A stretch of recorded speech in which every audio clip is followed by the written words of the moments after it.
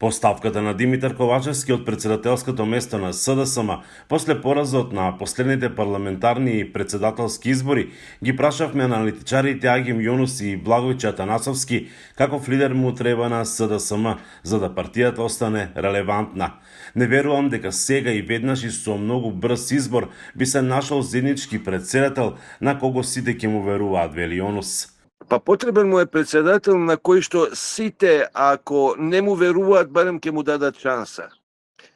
Со ова констелација јас не верувам дека такво нешто може да се случи. На СДСМ му е потребен авторитет. Авторитет од поширок радиус. Сегрегирано е СДСМ.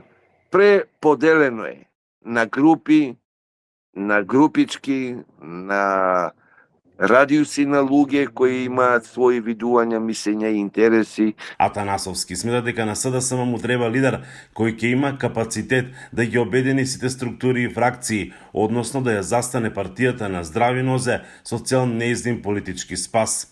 Најбитно во моментот е лидерот да поседува капацитет да може да ја врати довербата и моралот кај членството на СДСМ. На СДСМ му треба лидер кој по консолидацијата на партијата и на членството ќе може да наметне наратив и политика со која ќе може да привлече дополнителен квантум на гласови во однос на неопределените гласачи. Изборот на било која четворицата кандидати кои имаат амбиции да го наследат Ковачевски е враќање оценка на нивните претходници, а тоа на СДСМ не му е потребно, додава Јунус. Атанасовски смета дека треба лидер кој апсолутно ќе нема никакви хипотеки од минатото. Што од изборот што го имаме, немаме исфилтриран, немаме воопшто еден чист примерок на човек на кој што масата заеднички ќе му верува. Трагедијата која му се случува на СДСМ може да ја спаси само еден пречистен, неискомпромитиран и неизвикан лидер.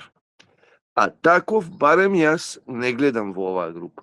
Сите тие кандидати беа дел од СДСМ во изминативе 7 години кога СДСМ беше влатејачка партија, учествуваа во тоа што се вели дополнително нарушување на кредибилитетот и легитимитетот на СДСМ, односно се кандидати кои учествуваа во процесите поради кои СДСМ дојде до тоа историско дно. Според двајцата, СДСМ во моментот се соочува со најголемата внатре-партиска криза од своето постојање, кога на последните избори на 8 мај го достигна историскиот минимум, освојувајќи нешто над 150.000 гласови.